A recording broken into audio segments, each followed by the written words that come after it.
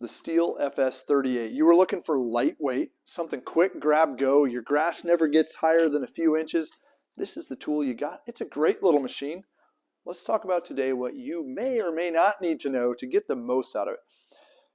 Let's start at the bottom end. You know, I'm going to skip the safety stuff. Hopefully I remember to come back around, but let's start at the bottom end. This is an area that causes mass confusion, mass frustration across every trimmer. Last year, middle of summer, one day, in about a 5 or 10, probably about a 25-minute period, I had 5 different people walk in with different brand trimmers that I even sell, saying, "Help, I don't know how to rewind my head." Wow, right? I mean, and these were battery trimmers. These were other brands. I won't name them. There was one Stihl, and there were 4 other brands.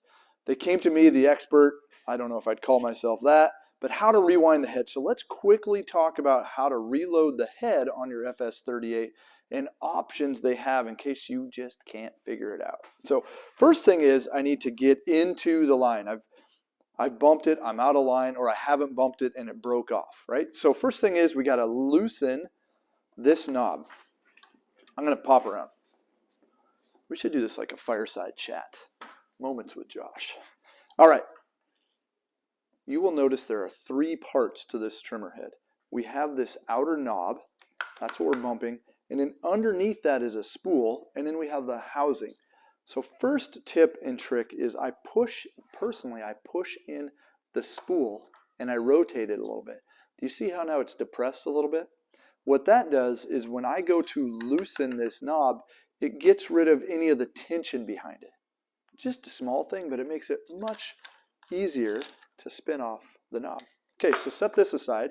Now I again put my hand here and I rotate so this pops up. And I get a hold of it and I pull it out. This will come off, so don't lose that. Personally, I set my trimmer upside down like so. Let's pull off the trimmer line. So why, sometimes when I go to reload the head, there's still line in here. Why did that happen? That's frustrating, isn't it? Here's a couple of the reasons. One is old trimmer line. Okay, maybe you haven't reloaded it for a year plus. 2 is poor quality trimmer line, right? There are differences. The third one would be I'm not bumping it enough. When this thing is spinning at its high RPM, which I think is 9,500 RPM, it's flying. Every time you hit a piece of grass or some material, this trimmer line is moving a little bit. And it's moving against itself inside the head. And it's causing heat and it's causing friction and it can melt the line, okay? And it happens more to older brittle lines. So try to use a fresh line, try to use a quality line, and make sure that you bump often enough. I know that sounds really weird, but you want to be going through it. I don't know how long. I wish I could tell you, man, every 28.5 seconds bump the head. That's too much, by the way. Honestly, like I naturally do it. I don't even think about it. Sometime when I'm trimming, I'll maybe set my stopwatch and I'll pay attention. But you will learn that you just have to bump a little bit more often to move that line on. Okay, so now I need to reload it. This head in particular takes .080 trimmer line. And I have found that a rounded trimmer line works the best. You can get every shape, right? Star, square, triangle, X, whatever. All these different shapes. It seems that round feeds the best. If you've had other experiences that teach you to, fine, go for it. I don't care, I'm just telling you mine. Okay, we start by getting out roughly 15 to 20 feet. So I usually pull about 2.5 arm lengths, fathoms. And then I put the ends together, right? So I got my middle down here, and I got my ends here. Here's my spool. And inside my spool, there's 2 little receivers. It's going to be hard to see in there. But I'm going to take one end and stick it on one side and the other end like that. Got it? Now there's an arrow. I lied. They got rid of that arrow. I was going to say there's an arrow telling you which way to load it or wind it. But if I wound it this direction, they're going to pull out because there's nothing holding them in place. So again, let's push those in. And now I come backwards. And you see how it doesn't pull out? I kind of set the hook. So I come around about a quarter turn. And I change my hand position. So I got my pointer finger, my index finger in here, my thumb riding in the groove, and then my middle finger is just kind of acting as a brake. Got it? Maybe it's a bird or something. Should do some art on the wall with the, okay. And then I want to spin. I want to load this up. So I'm going to take my other hand, my right hand, because I'm hardcore left-handed. And I'm just going to wind this up, spinning on that line. Keeping it fairly tight, but not like tight. I don't know what that means, right? You'll get it. Keeping it fairly tight. You don't want looseness to it. You don't want it to be able to feed underneath itself. But if you pull it too tight, it'll do the same thing. So as I wind and wind and wind, you're seeing I'm getting less down here. And I want to come up just above that divider, or just to that divider. I really don't want to go over that. In fact, if I go over that, it just seems to be that future problem. Okay, when I get to, we'll call that the end, right? I'm going to lock one side of the trimmer line in that. I'm going to come around 180 degrees and lock the other end. There we go. Now comes the fun. Where's my cutter? Right over here. Cut this trimmer line. Now I've got two pieces. Grab my trimmer, and I need to feed this line through the eyelets, okay? So again, I'd maybe sit down here. Keep my fingers over so I don't accidentally pop it out. Feed that one through like so. Take the other side, feed it through.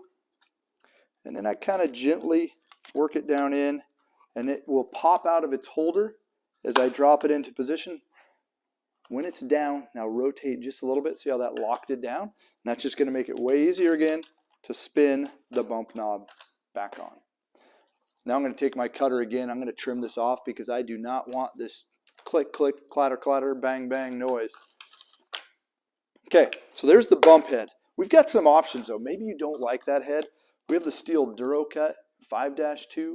That's a simple head where I run strips of trimmer line. So I can carry a dozen of them in my pocket, and it's a quick, easy change. Or I can run this polycut line head. This is a great little head if I'm cutting stuff that's, say, up into that height. Does not do well along sidewalks, does not do well on short grass, but nice if I, maybe I've got a green belt behind me that every once in a while I need to push back. Cool head for that. Okay, let's move up the trimmer. So we know how to reload it. Hey, we got rid of that frustration point. Starting it.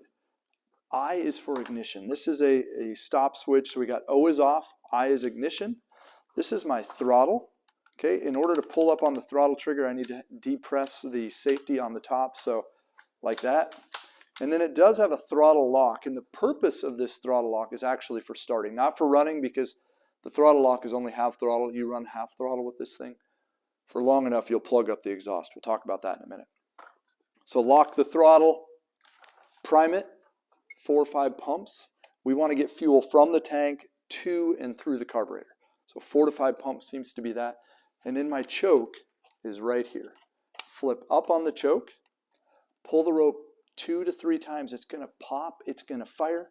As soon as you hear that, no more than 3 pulls. Honestly, it's almost always 2 pulls. I take the choke off, I pull the rope again, and it's going to start. I got the throttle locked, so it's going to want to be revving and spinning the head. So I'm usually actually have it down. Let's say this is the ground. I got my hand here. Let me come around. I got my hand here, and I'm pulling like this, and it started, and I take my pinky, and I click the trigger, and I unlock the throttle. Let's let it warm up a minute. I'm going to grab my shoulder strap, just take a little more weight off me. I'm going to get my safety glasses on. Where'd they go? Get all my safety stuff in place. Hey, I'm not wearing my flip-flops. I'm not wearing shorts. If you've ever done that, it's not a good idea.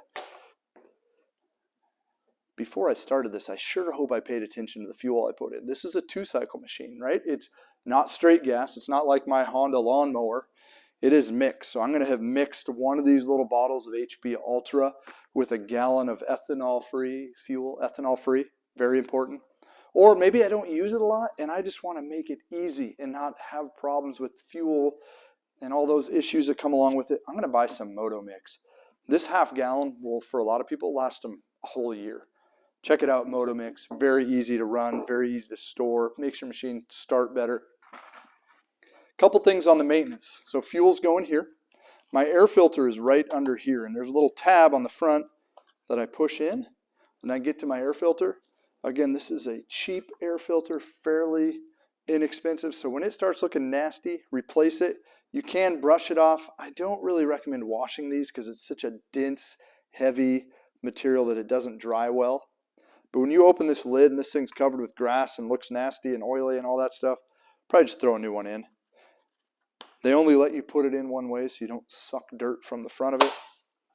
And then you got your spark plug right here on the top. That should be done every couple of years. And then right here on the back, you see that? This is your exhaust. That little deal right there, that is your spark arrestor. So too much idle time, too much not ripping this machine, too much not working this machine, and you will plug that exhaust. This thing will have no power. It'll be a dog. You'll go out to use it, the head will barely spin, and it's knocking, and it just doesn't sound right. I bet if you remove that, you pull it out, it's going to be black and nasty. And you go, oh, wow, there we go. So stop by your dealer, pick up a new spark arrestor, throw it in. We're glad that you stopped by your local Stihl dealer.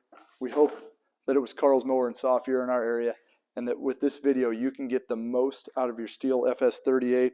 A couple other things that I almost missed. You can move your handle up and down.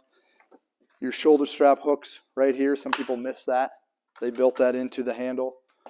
Run it hard, cut them weeds, enjoy this machine. Hey, this is Josh from Carl's Mower and Saw. Thanks for watching our videos. We're proud of the fact that we've been serving you with the best in outdoor power equipment since 1990. We're glad that you had an opportunity to sit down, watch our videos, learn something about an exciting new product that we have, something that interests you for your property, or really how to use your equipment to the best of its ability. Don't forget to like, subscribe, follow, whether it's on Instagram or YouTube. We're excited to share more information with you. See you soon.